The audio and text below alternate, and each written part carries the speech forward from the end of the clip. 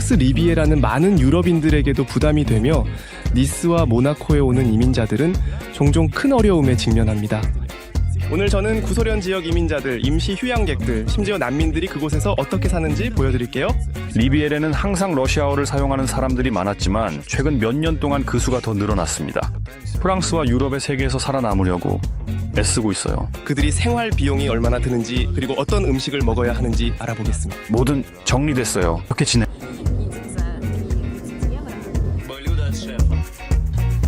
오늘은 돈을 벌 수 있는 방법에 대해서도 살펴보겠습니다. 프랑스에서 주택담보대출을 얼마나 오랫동안 갚아야 하나요? 몇 년이에요? 80% 보증금 돌려주지 않아요. 물 절약비가 거의 안 와서 적어요. 벌금은 총 500유로. 여기서 아이들이 즐기는지, 그들이 러시아로 돌아가고 싶어 하는지 알아보겠습니다. 즐거워하고, 수영하고, 좋아하고, 즐기고 있어요. 상트페테르부르크는 요청하지 않아요. 프랑스 사회에 적응하는 게 힘든지 물어볼 거예요. 이건 민족주의적인 건가요? 그들은 오직 자신들의 프랑스만 사랑해요? 여기서 깃발로 나를 추적한 친구가 있었어요. 저녁이 되면 나는 매춘부들을 보러 갈 거예요. 공공의 집으로 가는 동안 여러분의 이야기를 조금 들려주세요. 그리고 여기서 우리 괜찮은 여자들이 어떤 고통을 겪는지 물어볼 거예요. 우리는 이 공 때문에 여기서 그냥 죽을 것 같아요? 성적인 긴장감 때문에요? 출국할 거라고 약속해. 네. 그 다음에 우리 친구들에게 물어볼 거예요. 프랑스어를 모르고 현지 여자와 실제로 만날 수 있는지. 프랑스 여자들과 만난 적이 있어. 네, 실제로 만났어요. 우리 여자들이 프랑스 남자들에 대해 뭐가 마음에 안 드는 걸까요? 초대받으면 남자가 비용을 지불해요. 아주 게이스럽네요. 잘했어요. 즉, 유럽인과 협력하고 러시아어 사용자와 관계를 맺고 우정을 쌓는 것이 더 명확합니다. 유럽인들과의 관계도 마찬가지예요. 아직 많은 흥미로운 것들이 있을 거예요. 유튜브와 인스타그램에 구독하고 출발해요.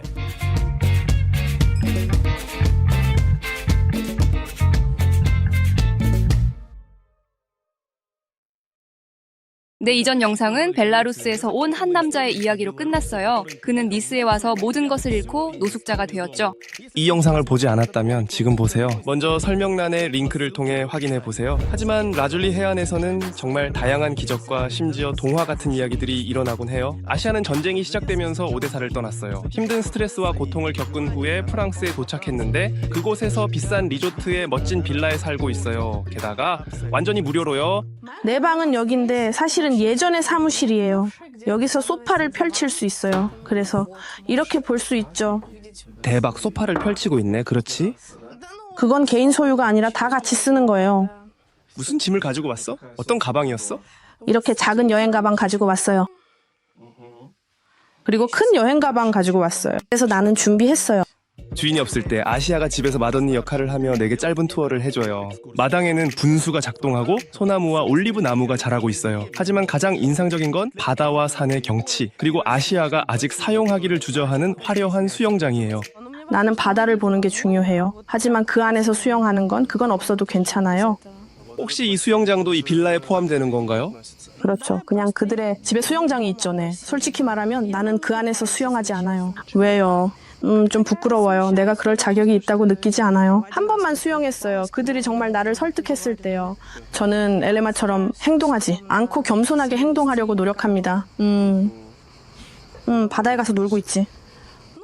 오데사 사람으로서 나도 바다에 2번 갔었어. 원하는 건 뭐든지 내가 해줄게.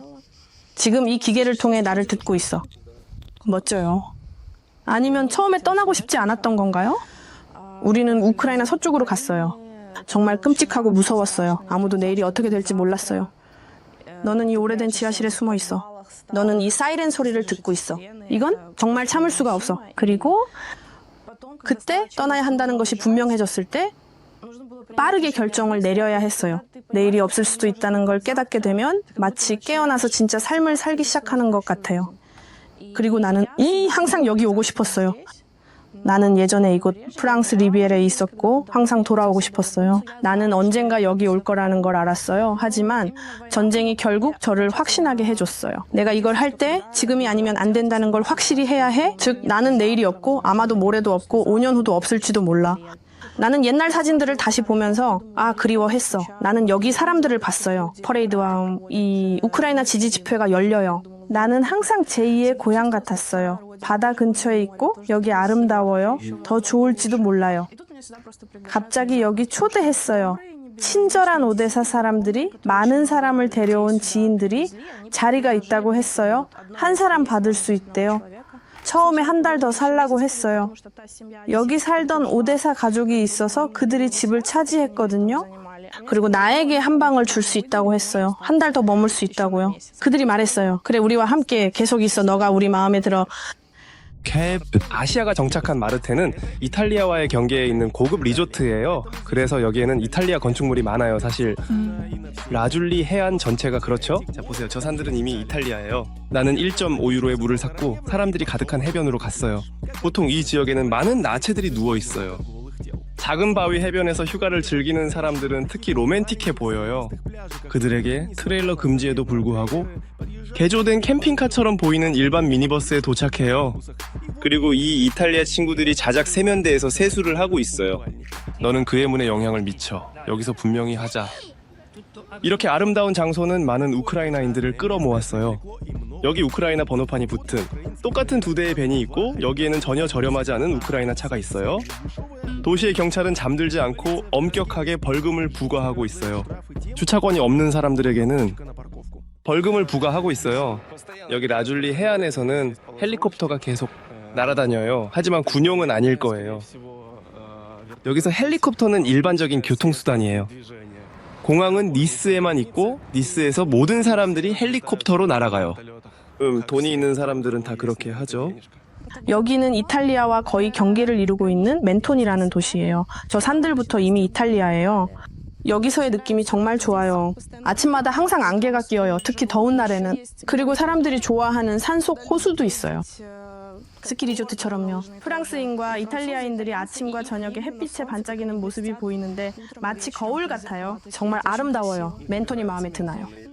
정말 마음에 들어요. 이 경계에서의 삶의 느낌이 러시아와 경계를 이루는 것 같거든요. 아마도. 아니, 러시아와는 아니지만 저 경계에서의 삶의 느낌이 있어요.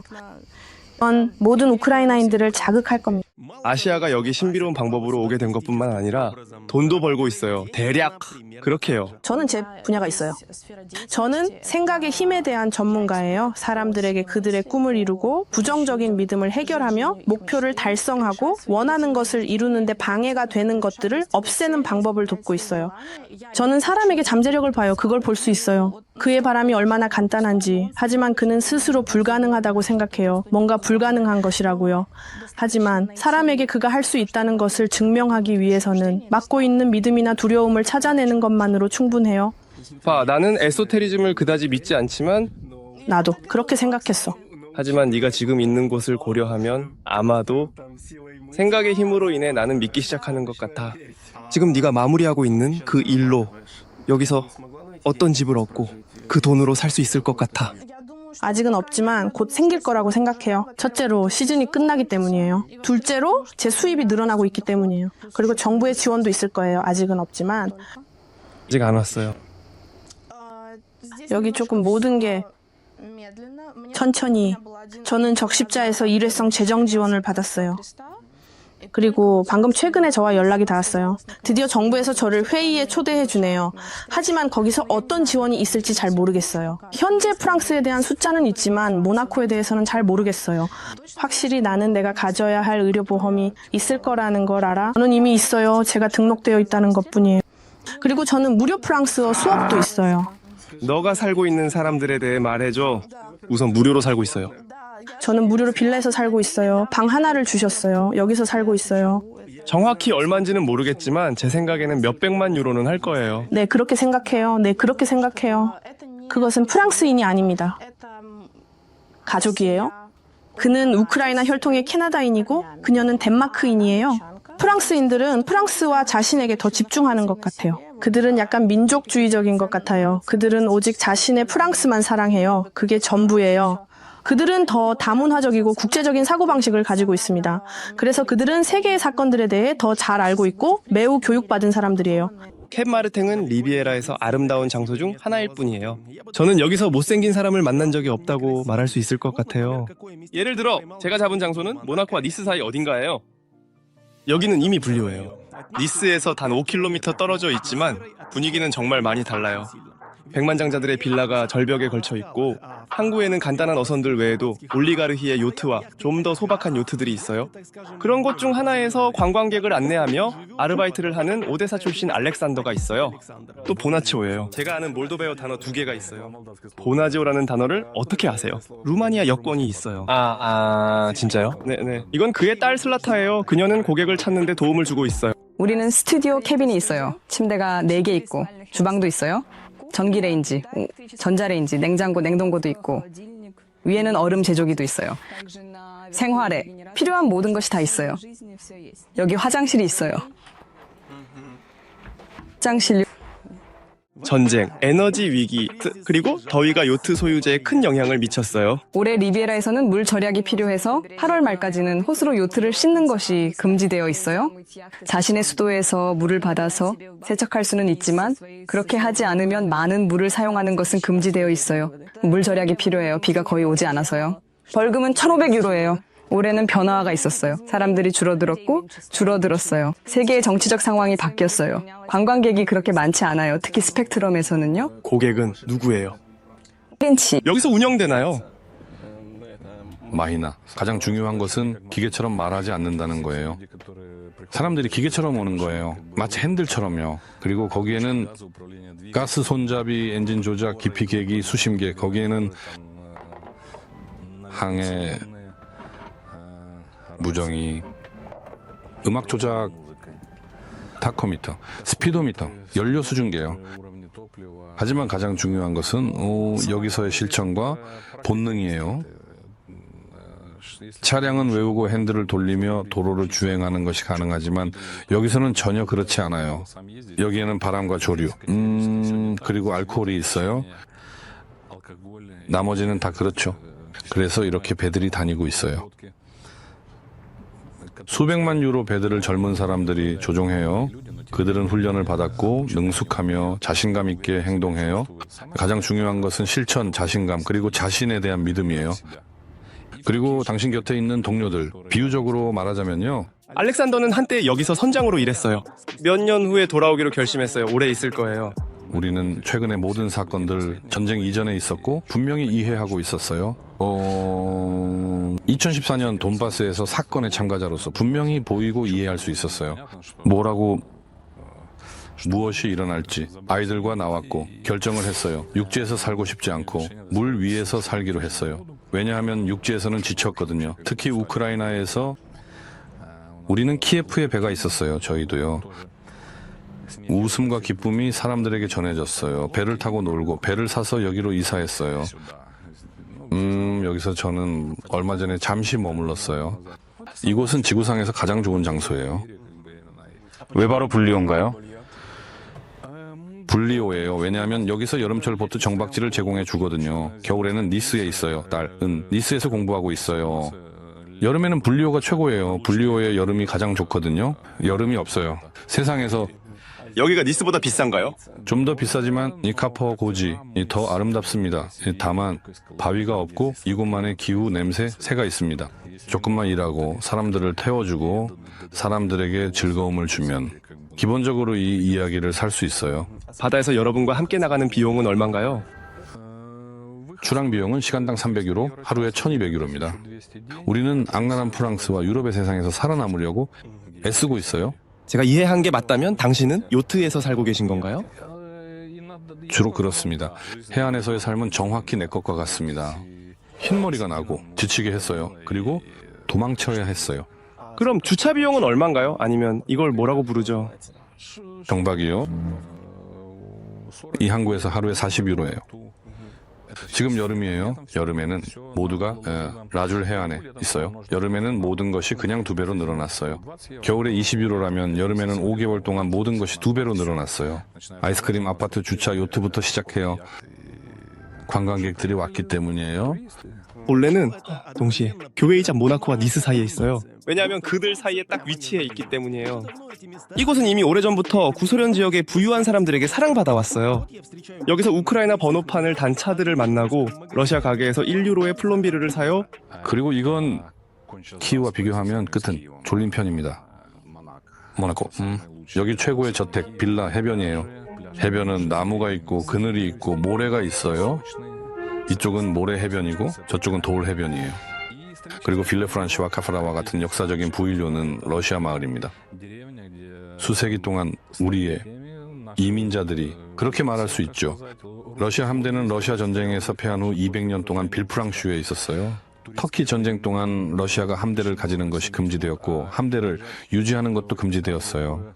프랑스에서요, 여기 카테리나가 협의했어요. 빌프랑슈 성에 그녀의 흉상과 박물관이 있어요.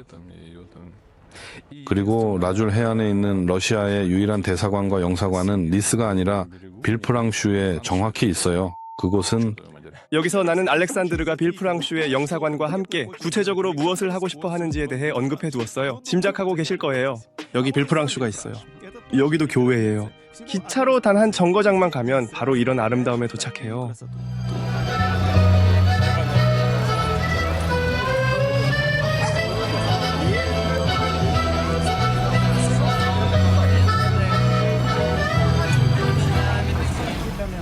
우연히 사람이 들어왔어요. 돌아서려고 하고 있어요.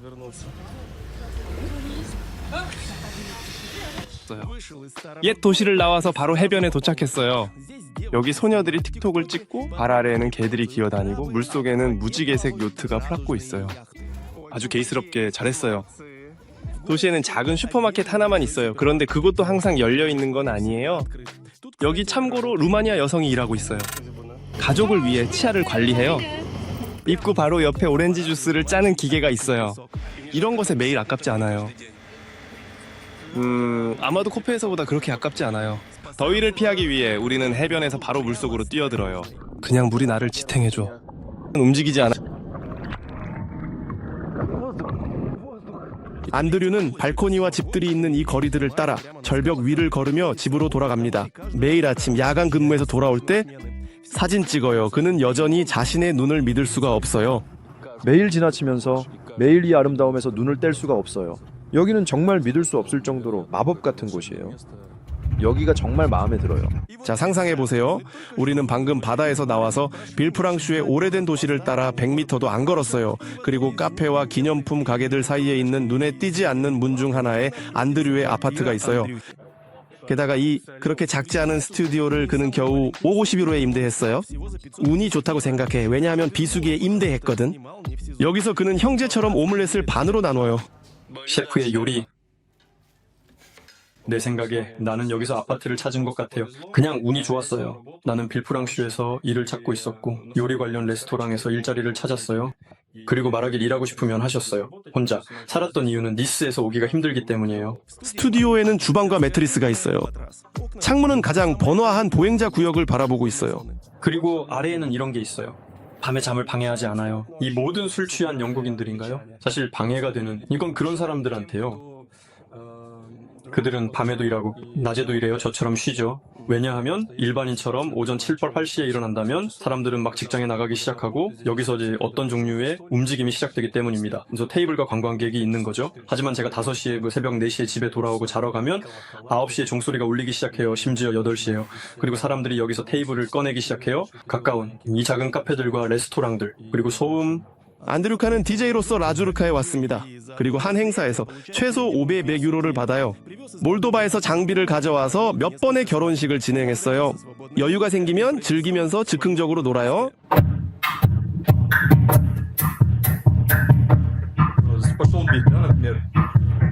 Внимание, внимание, это дофамания. Подпишись на наш канал, волну касания. Внимание, внимание, пошло, это дофамания. Это все зациклилось. Внимание, внимание, это дофамания. Подпишись на наш канал, волну касания. Внимание, внимание, это дофамания. Подпишись на наш канал, волну касания. 가장 중요한 건 저는 외식업에서 일하고 주로 직장에서 식사를 해요. 그래서 찾고 최소한으로 쓰죠. 즉 만약 정말 배고프면 아침에 근처에 있는 작은 상점인 카지노에 가서 좀 사올게요. 하지만 그렇게 계산해도 얼마나 많이 돌아다니는지 거의 다 알 수 있어요. 그래도 냉장고에서 맛있는 것들이 많이 발견했어요. 사실 이건 더러워요. 너는 괜찮아. 너는 독신이잖아. 프랑스 여자들과도 만났어요.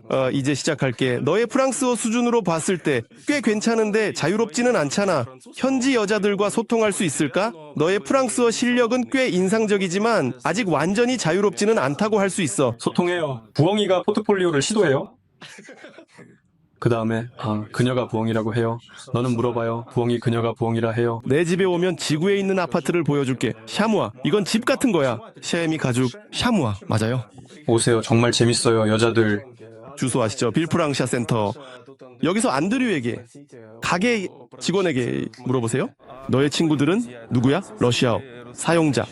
러시아어를 사용하는 나라들이에요. 그들에게. 하지만 저는 오직 유럽인들과만 일해요. 프랑스 사람들과 일하는 게 더 편해요. 명확하게. 즉 유럽인들과 일하는 더 명확하고 이 러시아어를 사용하는 사람들과는 관계와 우정이 있다는 거죠. 유럽인들과의 관계. 문제는 아냐가 러시아어를 사용하는 사람들을 잠재적인 파트너가 아닌 형제로 여긴다는 것입니다. 유럽인들에게는 관계와 결혼에 대해 더 진지한 접근이 마음에 들어요. 만난 지 2달 만에 그런 게 없어요. 다들 결혼했어요. 우리는 감정적 그런 일이 있어요. 네. 여기서는 그들이 더 신중해요. 하지만 그 안에는 법적인 문제가 있다고 할 수 있어요. 왜냐하면 그들은 많은 위험을 감수하고 그렇게 관계를 맺어요. 러시아나 몰도바에서는 다를 수 있지만 여기서는 그들이 자신의 자본이나 부동산을 잃는 것을 매우 두려워해요. 아냐는 결혼해. 서두르지 않고 35세에 결혼하고 계속 일할 계획이에요. 너는 건설하고 싶어. 경력을 먼저 쌓고 그 다음에 가족을 만들고 싶어. 네. 유럽식으로요? 유럽식으로 확실히 그래. 그리고 만약 네가 사랑하게 될 사람이 나타나고 그 사람이 돈이 많아서 나는 네가 일하는 걸 원하지 않아 라고 말한다면 너는 어떻게 생각해? 나를 사랑해줄 내가 아니라는 이해할 거야. 나는 상징 없이 시들어버렸어. 모든 여자들이 그렇듯이. 컵 5개 계산. 식당에서 남자와 여자가 반씩 나눠요.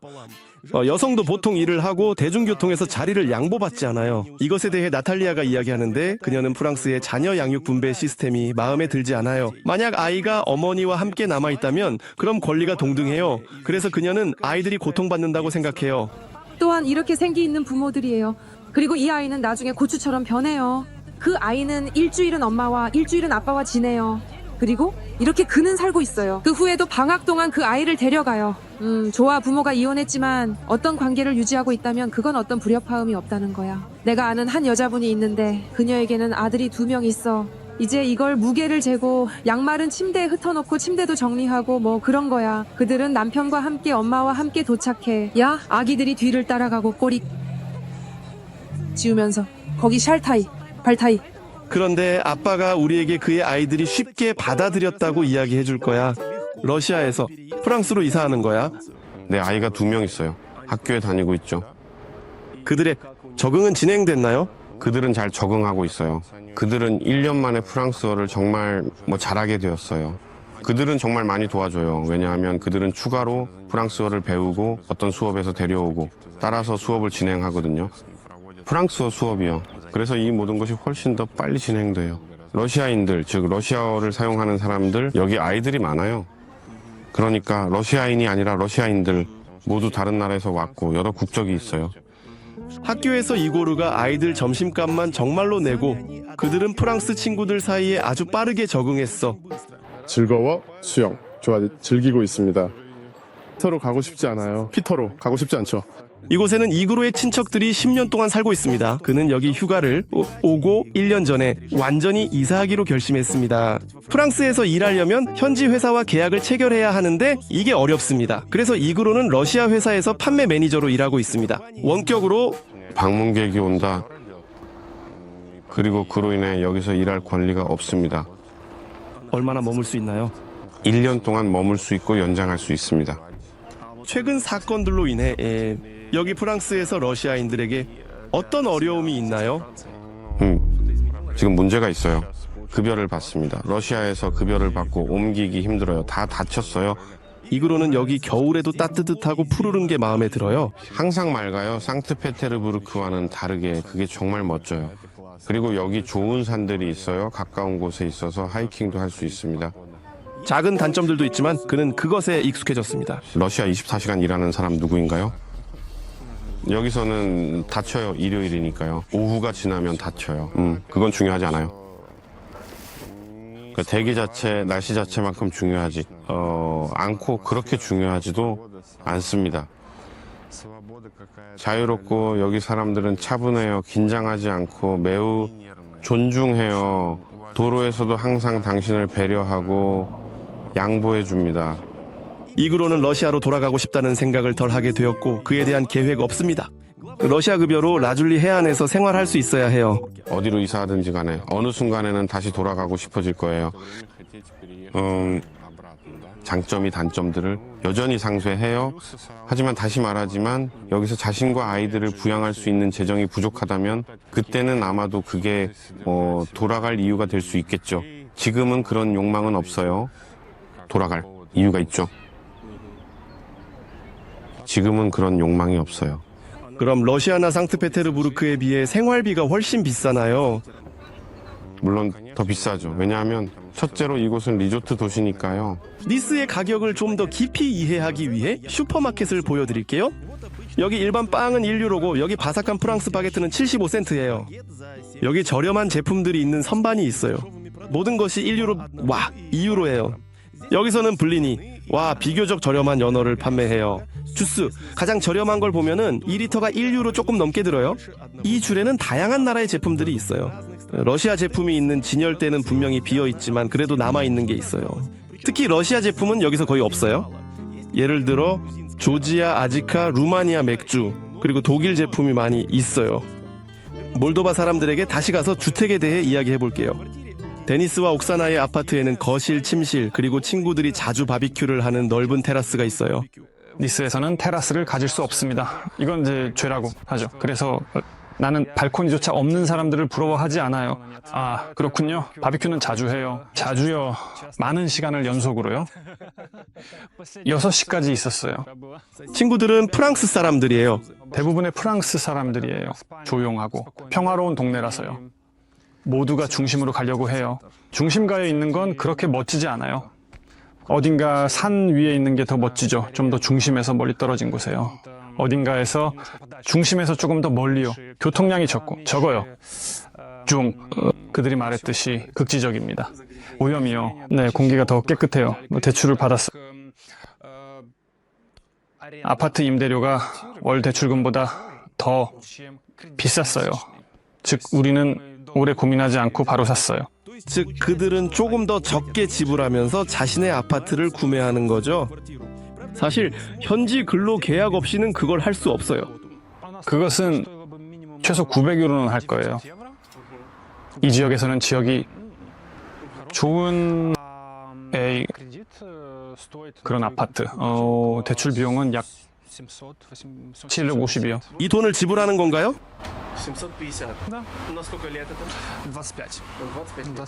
시간이 빨리 지나가요. 벌써 5년이 지났어요. 나는 그것조차도 눈치채지 못했어요. 25년이 빨리 지나가지는 않기를 바래요. 내가 말하고 싶은 건 알겠어요. 만약 당신이 떠날 생각을 하더라도 그 아파트를 구매복에 임대할 거예요. 그러면 여전히 이익이 생기고 당신의 아파트는 구매될 거예요. 네, 그 아파트는 구매될 거예요. 세금도 내고 필요한 모든 것, 관리비도 다 낼 거예요. 즉, 우리는 손익분기점에 도달할 거예요. 니스에서 우리 지역 출신 사람들, 다른 사람들 만났어요. 여기 중국인 막심이 있어요. 러시아어를 할 줄 알아요. 그에게는 중국 이름도 있지만 그는 그 이름을 중국인들과만 사용해요. 부모님은 처음에 막심을 모스크바로 유학 보내고 그 다음에는 니스로 보내서 여기서 부동산을 살펴보고 자본을 러시아에서 빼내게 했어요. 세단을 샀어요. 사람들과 더 쉽게 소통하고 친해지기 위해서요. 지금 루블이 급격히 상승했기 때문에 이건 정말 이익이에요. 이런 형태로 돈을 보관하는 거예요. 무슨 뜻이에요? 여기 라주르 해안의 부동산에 대해서요. 네. 나와는 달리 중국인들은 더위에 전혀 두려워하지 않아요. 막심은 이 기후를 정말 좋아해요. 우리는 유럽으로 여행을 자주 가요. 왜냐하면 우리는 거주 비자가 있으니까요. 유럽에 자주... 그리고 나는 앞으로 내 삶이 프랑스와 매우 밀접하게 연결될 것이라고 생각해요. 그리고 여기 아파트나 집이 있으면 어떻게 될지 모르겠어요. 결국 여기 있는 게 정말 편할 거예요. 그리고 이 도시가 정말 마음에 들어요. 그렇지만 모스크바처럼 안전하지는 않지만 관광객들로 붐비지 않고 나만의 분위기가 있어요. 10월까지 이어지는 시즌에는 라주르크에서 아파트를 임대하는 것이 매우 어렵습니다. 부동산을 다루는 베로니카에 따르면 임대와 관련해 자주 문제가 발생한다고 합니다. 거의 임대할 수 있는 것이 없고 가격이 매우 비쌉니다. 예를 들어 2월에 서명된 계약은 10월까지 유효하지만 사람들은 6월까지 버티거나 퇴거당하는 경우가 많습니다. 아니면 그들에게 매우 많은 돈을 지불해야 하는 특정 조건을 제시합니다. 그들의 겨울은 좋습니다. 그들은 1월, 2월, 3월이 시작됩니다. 제 생각에는 3월입니다. 대략적으로 정말 춥습니다. 춥다기보다는 이 강한 습기가 문제입니다. 그리고 만약 1층에 아파트를 임대한다면 나는 칸에서 1층과 2층에 살았던 사람들이 있습니다. 다운타운 칸입니다. 욕실에 들어가면 아파트는 모두 현대적이지만 아무도 아무것도 할 수 없고 곰팡이가 있습니다. 예를 들어 겨울에 머물고 싶다면 이런 개인주택이나 3층짜리 집은 임대할 수 없습니다. 거기에는 곰팡이가 있을 거고 너는 아무것도 할 수 없어. 즉 아이들에게 알레르기가 생기기 시작합니다. 습기로 인해 곰팡이가 생기고 그것과 싸우는 것은 무의미합니다. 가장 흥미로운 점은 설령 집주인에게 아파트에 곰팡이가 있고 이사해야 한다고 말해도 보증금을 돌려주지 않는다는 것입니다. 보증금에 대해서는 물론 소송을 할 수 있지만 그건 매우 오래 걸리고 지루합니다. 그럼 너는 이 보증금 때문에 얼마나 자주 법원에 가야 할까? 즉 모든 경우 때문에 고객의 80%는 보증금을 돌려받지 못합니다. 베로니카는 프랑스인들과 아직 공통의 언어를 찾지 못하고 있습니다. 그들은 웃을 수 있지만 우선 뭐라고 해야 할까요? 약간 상업적입니다. 그들은 다른 사고방식을 가지고 있습니다. 만약 네가 다른 나라에서 왔다면 그들의 생각을 이해하는 것은 전쟁이 시작되었을 때 우리가 프랑스가 가족들에게 무료로 숙소를 제공하겠다고 제안했어요. 한 분이 계셨는데 우크라이나에서 오신 분이었습니다. 남편은 오지 않았습니다. 그녀는 딸과 함께 왔습니다. 그들은 도착했고 프랑스 가족이 그들을 초대했습니다. 그들은 3주 정도 살았어요. 그러니까 프랑스 가족이 그들을 거의 내쫓았어요. 그러니까 고객들이 프랑스인들에 대해 이야기하는 것에 대해 말하자면 프랑스가 약속한 것의 70%는 다 거짓말이에요. 예를 들어 우리가 무료로 살게 해줄게라고 했지만 실제로는 10% 정도만 이행된 것 같아요. 그들은 영어로 소통하기를 원하지 않아요. 정말 그래요. 원칙적으로요. 그리고 우리는 아주 젊은 이야기가 있었어요. 내 친구가 있어요. 그녀는 프랑스 남자와 결혼했어요. 그때는 사귀고 있었죠. 그리고 나서 흥미로운 이야기가 있었어요. 그러니까 그녀가 소녀들을 초대했어요. 그러니까 그건 소녀의 아버지의 생일 파티였어요. 그리고 비싼 샴페인이 있었고 그게 전부였어요. 그건 누군가 초대하면 보통 남자가 계산해요. 우리는 놀랐어요. 물론 우리는 모든 비용을 지불했지만 그건 특별했어요. 왜냐하면 내가 내 아들들이나 다른 남자아이들과 함께 저녁을 먹으러 갔을 때 항상 내가 계산했거든요. 그건 믿기 힘든 경험이었고 또 하나의 체크리스트에 추가된 것 같았어요. 그 후 내가 파리에서 일하던 17년쯤에 그들의 집에 방문했어요. 들어갔더니 그들은 이미 결혼했더라고요. 또 흥미로운 이야기가 있었어요. 우리가 테이블에 앉아 있었고 그는 영어를 아주 잘 이해했어요. 그는 내가 프랑스어를 하지 않는다는 걸 알고 있었죠. 손님을 초대하고 테이블에 앉아 있을 때 그런 행동은 정말 보기 안 좋아요. 프랑스어로 말하기 시작하면 마치 서비스를 제공하는 기분이 들어요. 그들에게는 정말 싫어하는 그런 순간이 있어요. 우크라이나 출신의 나스티아는 프랑스어를 모르지만 그녀의 학술 공동체에서는 모두 영어로 대화해요. 네, 우리는 국제적인 팀이에요. 그런데 팀에는 프랑스인 여자애가 한 명밖에 없어요. 우리 팀에는 3명의 우크라이나인이 있어요. 이게 제 적응을 쉽게 해줘요. 우리 너를 도와줘. 무슨 일 생기면 물론이죠. 그리고 우리에게 루마니아 여자가 2명 있어요. 그중 1명은 제 상사인 교수님이에요. 네, 맞아요. 이탈리아 사람이 있었어요. 그는 불과 2주 전에 떠났어요. 그래도 그들은 언어의 원어민은 아니에요. 모두의 영어가 아주 간단해서 저는 그들과 잘 소통해요. 이건 모두 현재 시제예요. 모든 대화가 진행되고 있어요. 세미카티 그거 뭐라고 부르는지 아세요? 물론 어디서나 똑같아요. 나머지는 손가락으로 해요. 여기다 조심스럽게 부어 저기 이 플라스크에. 저는 그런 것들 아직 공식 같아요. 나스티아는 퇴근 후 해변에 가고 주말에는 관광객 그룹과 함께 하이킹을 가요. 거기서도 영어가 충분해요. 거기에는 정말 다양한 사람들, 다양한 나라에서 온 사람들이 모여 있어요. 프랑스인은 여기 정말 적어요. 제가 이해하기로는 이제 프랑스 사람들은 여기서 여전히 자기들끼리 어울리는 것 같아요. 여기서 자란 사람들은 자기들만의 사회가 있어요.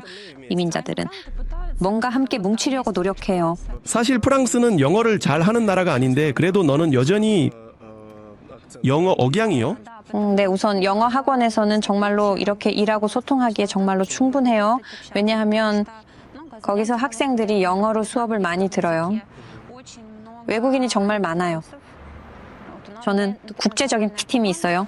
프랑스어로는 이탈리아 사람이나 우크라이나 사람, 루마니아 사람과도 소통할 수 없었을 거예요. 이건 영어예요. 너의 상황은 정말 규칙에서 벗어난 것 같아.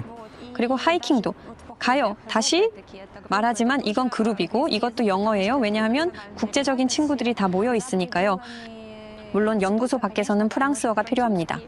하지만 매년 여기서 프랑스어와 영어를 하는 사람들이 점점 더 많아진다고 해요.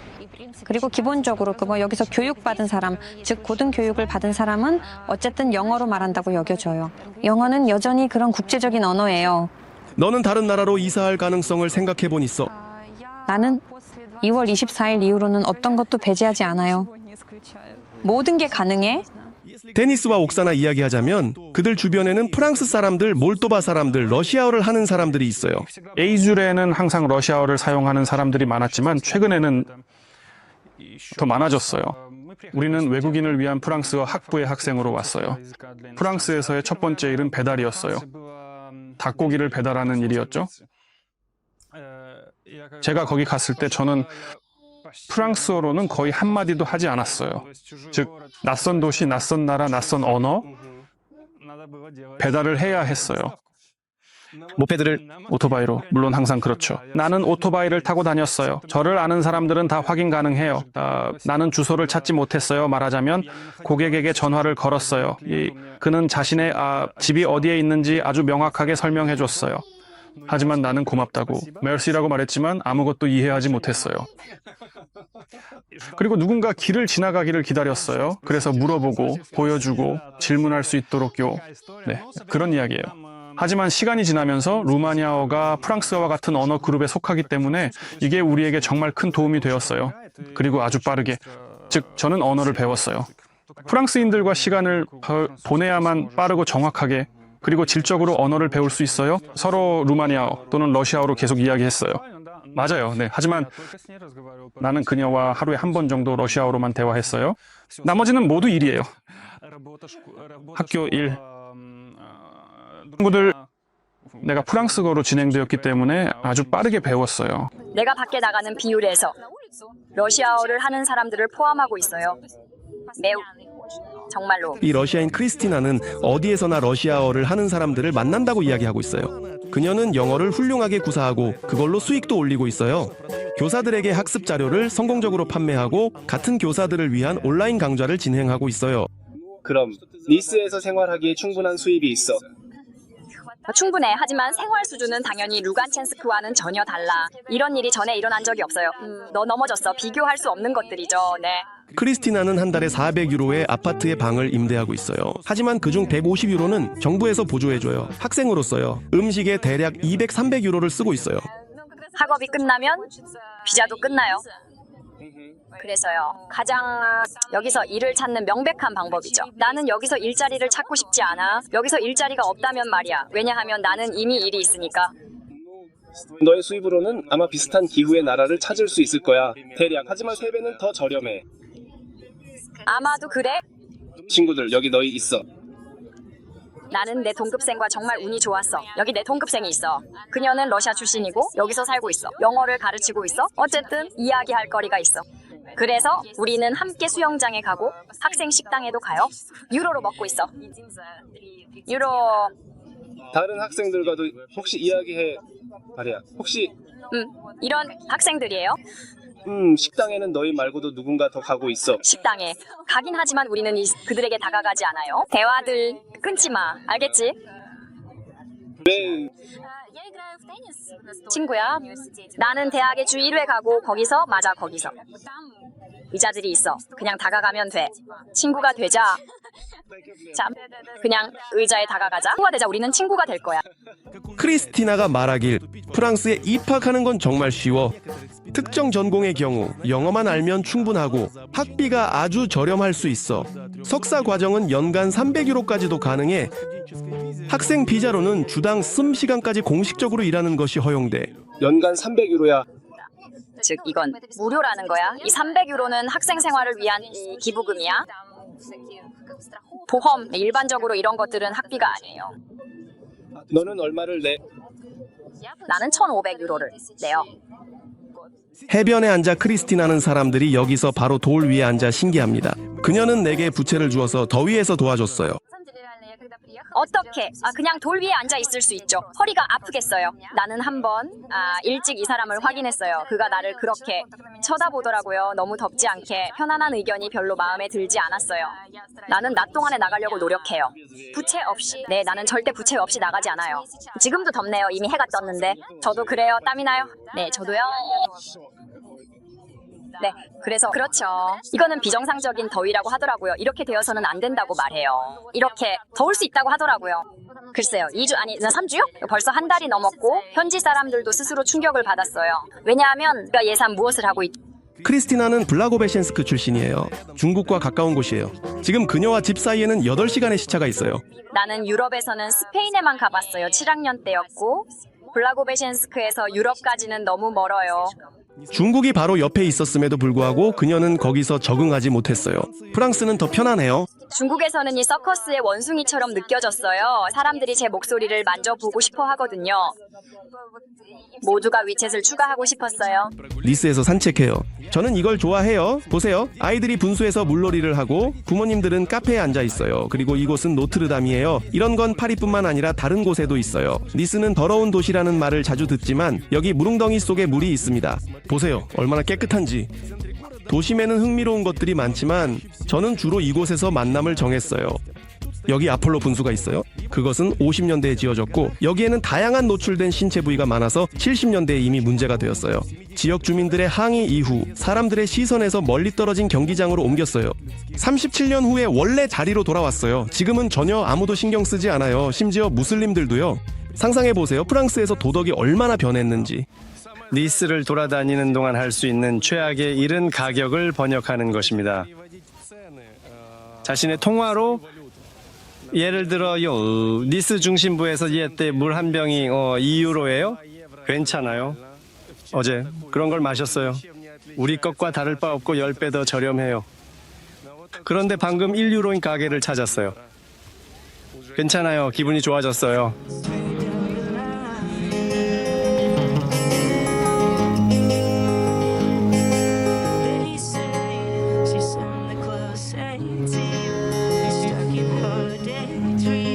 여기는 제가 니스에서 가장 오래된 교회에 들어가는 거예요. 안에서는 초를 1유로에 판매하고 관광객이 보드카를 마시며 역사에 대해 이야기하고 있어요.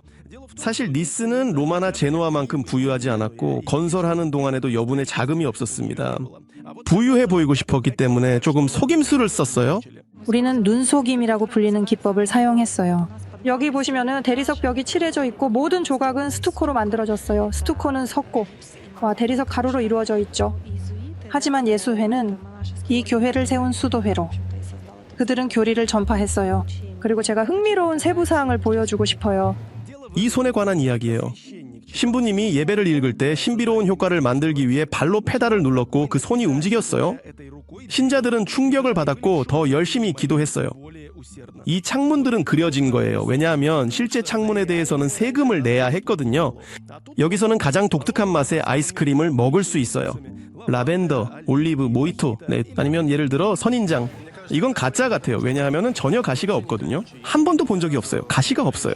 선인장. 여행 중에 모든 재미있는 순간들이 영상에 담기는 건 아니에요. 특히 사진에서는요. 그걸 저는 제 인스타그램에 올리고 거기서 최신 상태로 보관해요. 제 인스타그램을 보면 지금 어떤 나라에서 촬영하고 있는지 알 수 있어요. 그리고 사실 거기서 저는 메시지에 더 자주 답해요. 그러니까 구독해주세요. 기쁠 거예요. 니스에서는 라줄 해변의 조약돌 모양의 사탕을 기념품으로 사는 경우가 많아요. 이 구시가지의 이 부티크에서 몰도바 출신의 여성이 일하고 있더라고요.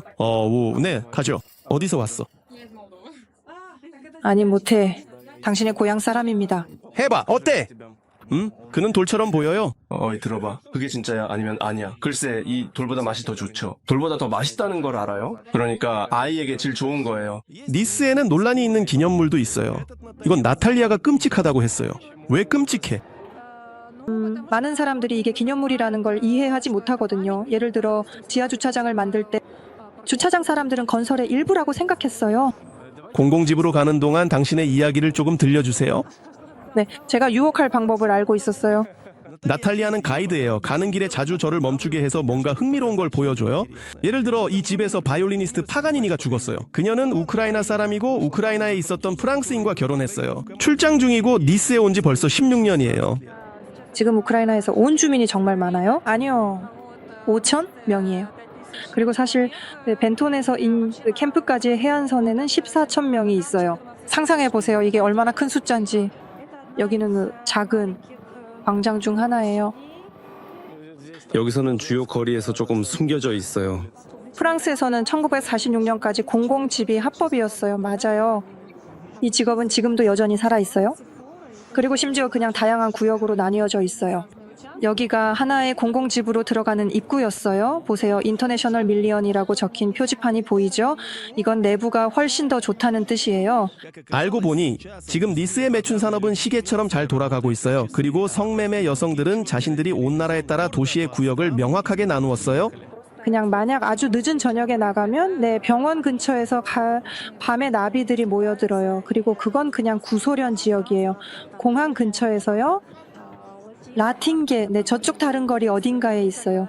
모든 이 여자들이 매춘부라고 단언할 수는 없지만 밤에 이렇게 도로 옆에 정말 많이 서 있어요. 스베틀라나는 96년에 타지키스탄에서 유럽으로 이사했어요. 처음에는 스트라스부르에서 3주를 살았는데 그곳의 기후가 마음에 들지 않았어요. 그녀의 생각으로는 니스가 가장 좋다고 해요. 저는 타지키스탄 출신의 러시아인이고 여기 모든 게 좋아요. 구석구석 우리는 구시가지에 있습니다. 우리는 고골이 가장 좋아하는 광장에 있습니다. 스베틀라나는 러시아인들이 2000년 이후에야 대거 이곳에 왔다고 이야기해요. 그리고 그녀는 대화가 부족했어요. 인터넷은 거의 없었고 러시아어로 된 텔레비전, 라디오, 신문도 없었어요. 러시아어 책이 있는 도서관은 단 하나뿐이고 주당 단 1시간만 운영돼요. 이 도서관에 갔어요. 도서관은 닫혀 있었어요. 수요일 12시부터 1시까지 운영된다고 붙어 있었어요. 끝. 더 자주 일할 필요는 없었어요. 우리 주변의 모든 친구들 혼합, 헤르니지아, 조지아, 탈리피스탄, 우즈베키스탄, 그리고 우크라이나, 제가 우크라이나 친구들을 모두 유지할 수 있었어요. 그들은 저와 소통하고 싶어 해요. 그래서 우리는 그게 없어요. 우리는 서로를 이해하고 사랑으로 잘 대했어요. 이 모든 것은 남아있어요. 정치 무대에서 일어나는 모든 일은 거기에 남아있을 거예요. 우크라이나인 아샤는 우크라이나 국기 없이 인터뷰 못한다고 거부했어요. 그래서 잠시 중단했어요. 맞아요. 우리는 촬영 중이에요. 우리 뒤에는 국기가 걸려 있지 않아요. 그것은 오랫동안 우리에게 걸려 있었어요. 그리고 우리의 자선 행사에서도요. 저는 라주르카에서 우크라이나 국기를 보았어요. 더 많았어요. 더 많았어요. 아래에는 큰 집이 있었고 국기가 걸려 있었어요. 그런데 이유는 모르겠지만 그걸 내렸어요. 우리도 내렸어요. 여기서 국기로 저를 추적한 사람이 있었어요. 그는 무엇입니까? 여기서 국기로 저를 추적한 사람이 있었어요. 어떻게 추적했어요? 여기 근처에 어떤 젊은 남자가 살았어요. 저와 친해지고 싶어 했는데 저를 본 적이 있었어요. 어딘가에서 그리고 나서 국기로 제가 여기 살고 있다는 걸 알아챘거나 저를 보고 집으로 온 것 같아요. 그리고 나서 그가 저에게 국기로 알아챘다고 썼어요. 그게 저를 너무 무섭게 해서 저는 국기를 내렸어요. 왜 무서웠어요? 그 사람이 마음에 들지 않았어요. 그런 만남도 정말 오싹했어요. 정말 그랬어요. 그런데 이런 종류도 있어요. 사람들 뭐라고 그런 얘기해. 사람들이 말해요. 전쟁 중인데 넌 빌라에 살아. 아니, 아무도 저에게 그런 메시지를 보내지 않아요. 아마도 제 구독자가 아직 많지 않아서 그런 것 같아요. 하지만 내 아는 사람 중에 그런 말을 한 사람은 아무도 없어요. 반대로 모두 기뻐해요. 그리고 아마도 그 이유는 왜냐하면 저는 우크라이나를 잊지 않기 때문이에요. 매일매일 우리는 이 자선 활동과 관련해서 무언가를 하고 있어요. 저는 여기서 더 많은 도움을 줄 수 있는 걸 이해해. 다른 모든 우크라이나인들처럼 전쟁은 아샤의 삶을 완전히 뒤바꿨어요. 하지만 그녀는 마음을 다잡고 다른 동포들에게도 도움을 주고 있어요. 심리 상담 같은 걸 제공하면서요.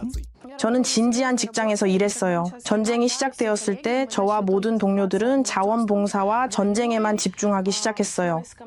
고슴도치들을 위한 금속을 찾고 방탄조끼와 의료품을 구매하는 거예요. 모두에게요. 전화로 24시간 7일 동안. 그리고 제 활동. 이 코칭 전문가로서의 도움을 주는 직업은 추가적인 것처럼 느껴졌어요. 저는 그냥 입소문으로 이걸 했어요. 전쟁이 시작되었을 때 당연히 저는 제 고객에게서 돈을 전혀 받지 않았어요. 아니면 이렇게 최소한으로 뭐든지 할 수 있는 만큼. 전쟁이 시작되었을 때 우리는 다시 증오에 빠졌고 적에게 저주를 내리고 싶은 마음, 그 적에게 바랄 수 있는 가장 끔찍한 것에 대한 욕망, 상실에 대한 비통함, 비극, 잃어버림. 누군가는 자신의 편안한 삶이 무너진 것만으로도 끔찍한 슬픔을 느낍니다. 우크라이나 사람들 모두가 슬픔을 겪고 있는데 그 깊이는 다를 뿐이에요. 그리고 저는 사람들이 자신의 잘못이 아니라는 것을 이해해요. 하지만 저는 자신의 삶을 더 이상 통제할 수 없다는 것을 받아들여야 해요. 이 불만과 최소한 중립적인 감정으로 돌아가서 삶을 망치지 않고 더 나쁘게 만들지 않으려는 거죠. 이건 이미 개인의 책임이에요. 이제 제가 하는 유일한 활동이에요. 최근에 직장에서 퇴사했거든요. 하지만 저는 우크라이나에서 원격으로 일할 수가 없었어요. 현재 지역 우크라이나 커뮤니티는 우크라이나를 위해 돈을 모으는 많은 행사와 캠페인을 진행하고 있어요. 우크라이나 성악 수업도 있었어요. 왜냐하면 여기 국경 근처에 살고 있는 이탈리아에 오래 살고 있는 우크라이나의 멋진 소프라노가 오페라에서 노래해요. 그 수업은 꽤 많은 돈이 들었어요. 우리는 특정 금액을 모았고 전선에 보낼 차를 구입할 수 있었어요. 뇌파 측정기, 쌍앙형, 열화상 카메라, 어쨌든 그런 것들이 많아요. 여기 당신의 지역이나 라주르에서 일어난 건가요? 사실 이 모든 게 잘 모르겠어요. 말할 수는 없지만 이 모든 게 모나코예요. 바로 이것일. 우크라이나 자원봉사자들이 팔고 전단지를 나눠주면서 돈을 모았어요. 여기 우리가 주문해서 덴마크에서 가져온 컵들이에요. 그리고 우리는 이 컵들을 팔았어요. 이건 가장 작은 경매 물품 같아요. 50유로였고 우리는 그것들을 팔았어요. 저는 난민 신분이 아니라 임시보호 상태예요. 이건 제가 여기서 일할 수 있는 권리를 줘요. 비자 없이도요. 이건 많은 생물학 실천을 간단하게 만들어줘요. 그렇긴 해도 전반적으로 괜찮아요. 여기 다 있어. 너 마음에 들어? 너는 집에서 한구울제를 보여줬어. 나는 보여주고 싶지 않았어. 그게 나라는 거야. 그냥 어떻게 이렇게 됐어? 아, 이렇게 됐네. 나는 삶의 소녀야. 나스티아에게 모든 게 한꺼번에 쌓였어. 전쟁, 두 번째로 집을 떠났어요. 엄마의 건강, 이 사업의 손실, 그리고 낯선 나라에서의 적응. 한때 그녀는 매일 울었어요. 어느 순간 팀장이 내게 무슨 일이냐고 물었어. 그녀가 알아챘어. 나는 그냥 울음을 터뜨렸어. 난 발작을 일으켰어. 나탈리아는 힘으로 나스티아를 심리학자에게 데려갔고 거기서 강한 한구울제를 처방받았어. 나는 걸어가면서 웃어요. 사람들이 나에게 어떻게 말하는지 물어봐. 너가 웃고 있다고. 나는 설명할 수 없어. 모르겠어. 이건 좀 비정상적인 행동이야. 나스티아 집에 아직 우크라이나에서 아무도 오지 않았어. 못해. 내 아빠. 와, 남동생이 같은 나이야. 그들은 우크라이나를 떠날 수 없어. 나는 휴가 동안 엄마가 여기로 놀러 오길 바랐어. 하지만 내 엄마는 전쟁 전에 뇌졸중을 겪었어. 지금 그녀는 어디론가 갈 수 있는 상태가 아니야. 적어도 여기로 놀러 오길 바래. 왜냐하면 여기서 오래 있을 것 같거든. 창밖에는 그녀의 테니스 코트와 영화관이 있어. 물론 모든 영화가 프랑스어로 상영되고 나스티아는 거기에는 가지 않아. 이건 그녀가 우크라이나에서 그린 그림들이 담긴 소포야. 2달 후에야 도착했어. 이건 하르키우에서 그린 내 작품들이야. 그리고 여기서 내가 이미 그린 것들이 있어. 하지만 바로 이 폴더에 도착한 것들이 있어. 이 작품들을 판매할 계획이야. 나는 전쟁 직전에 이 아직 완성되지 않은 소녀를 그렸어. 이곳은 내가 가장 좋아하는 하르키우야. 여기는 포파스나 지역이야. 어쨌든 지금은 나는 포파스나 출신이야. 맞아. 18살까지 거기서 살았어. 여기가 도심이야. 곧 마무리할 것 같아. 왜냐하면 휴가니까. 전쟁 직전에 이렇게 간단히 앉아서 평화의 비둘기를 그렸어. 물건들, 뭔가 좋지 않은 일이야. 우크라이나 전쟁과 제재에도 불구하고 프랑스에서는 아직 러시아 학생들을 억압하지 않고 있어. 오히려 문제가 생겼을 때 도움을 주기도 했어. 주면 좋았을 텐데. 그리고 처음에는 재정적인 도움을 받을 수 있었으면 좋겠어. 왜냐하면 사람들의 카드가 모두 차단되어서 결제할 수 있는 방법이 없었거든. 그들 모두도 말했어. 우리가 이해하고 있다는 걸. 당신의 것이 아니야. 돈을 줬어. 받을 수 있었어. 얼마야? 나는 받지 못했어. 내 생각에는 한 500유로 정도야. 나는 니스 해변가에 있는 이 호텔에 특별히 추억을 되새기기 위해 왔어. 몇 년 전 이 호텔이 바로 보이는 아파트에 머물렀거든. 지난번 5년 전에는 네그레스코 호텔 바로 뒤에서 살았어. 한 달 동안 뭐가 좀 더해서 700유로의 스튜디오를 빌렸어. 지금은 더 비쌀 거라고 생각해. 바로 근육 기억이 집으로 가는 것처럼 걸었어.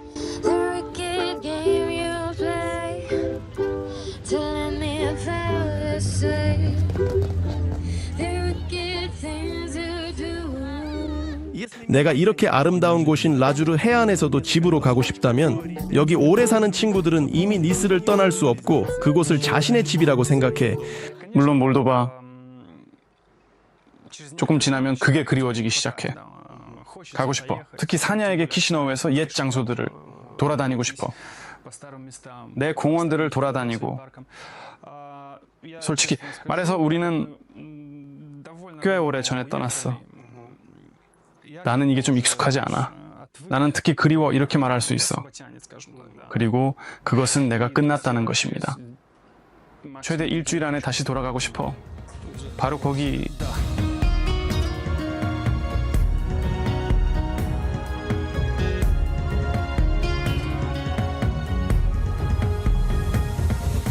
항상 집으로. 니스에서 내가 오래 지나온 모든 체크포인트 중에서 가장 엄격한 체크포인트를 만났어. 아마도 나는 8개 나라를 방문했어. 그리고 저는 이 모든 나라를 이 여행할 때 크림을 가지고 다녔습니다. 자외선 차단제. 이건 정말 상징적이야. 왜냐하면 여기서 니스에서 올해 처음으로 태양에 타버렸어. 출발할 때마다 두 번째 사람마다 추가 검색을 받게 했어. 그래서 나도 내 모든 장비를 철저히 검사받았어. 금지된 물품은 가지고 가지 않아서 좋은 영상 자료들만 잔뜩 가지고 집으로 돌아가. 내 유튜브와 인스타그램 구독하는 거 잊지 마. 그리고 매주 토요일 아침에 보바 카르마노프 채널에서 큰 방송을 봐. 안녕.